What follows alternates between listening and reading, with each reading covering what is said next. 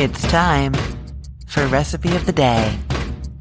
If you need to bring some pep to the middle of your week, spice it up a little, this chili garlic sauce is the recipe for you.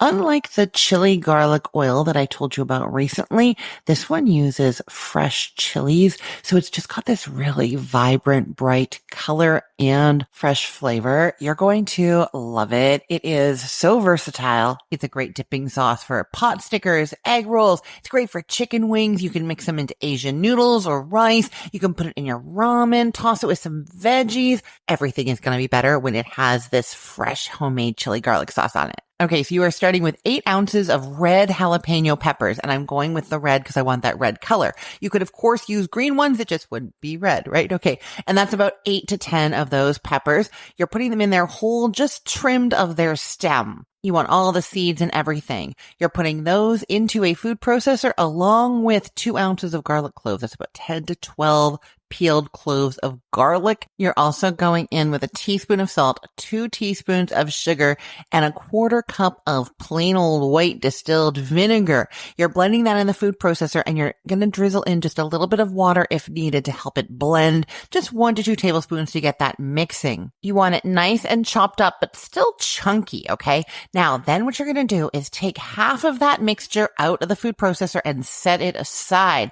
Then what's in that blender still, that is going to get pureed really, really well. So you have half of the mixture in the food processor getting pureed really, really well. Okay, now we want to strain any bits of chunk out of that pureed mixture. That's kind of going to be the saucy part of this sauce. So you're going to put a bowl under a fine mesh sieve, and you're going to pour the contents of that food processor, or, I keep saying food processor. You could also use like a high-powered blender. I have a Blendtec that would work. You're pouring that through the sieve. You still have that other half set aside. We're not touching that chunky bit yet.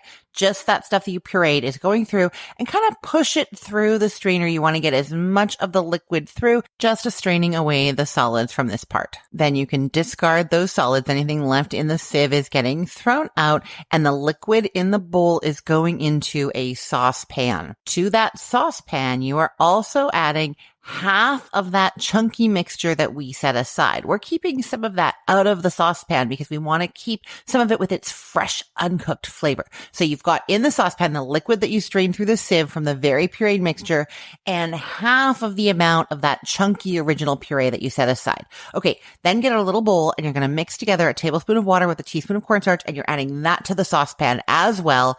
And then that saucepan's going over medium heat, stirring occasionally just until it comes up to a simmer. As soon as it gets to a simmer, reduce it way down to low and cook stirring until it's thickened 2 to 3 minutes. You really don't want it to boil because that's going to take away some of the color and some of that bright flavor. But don't worry, because we are adding in color and bright flavor at this point. So once it is thickened, you've simmered it for that 2 to 3 minutes on low, take it off the heat, and then you stir in that last bit, that original chunky puree bit that you have left. You stir that in, and that adds all that really bright, fresh, totally uncooked flavor into the sauce. And then you have homemade chili garlic sauce bursting with all that fresh, spicy, wonderful flavor. Okay, so you're going to let that cool, and then you're going to transfer it into a container that has a lid, and it's going to chill in the fridge. Once it is cooled right down, then you can serve it. Store it for up to about 2 weeks in the fridge in a sealed container. It is going to be wonderful on everything that you make in the weeks ahead. I promise.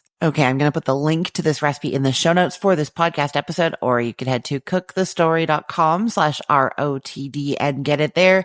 Everything there is arranged by date, so it's helpful to know that today is February 26th of 2025. And if you enjoyed this podcast episode, make sure that you are subscribed to the show.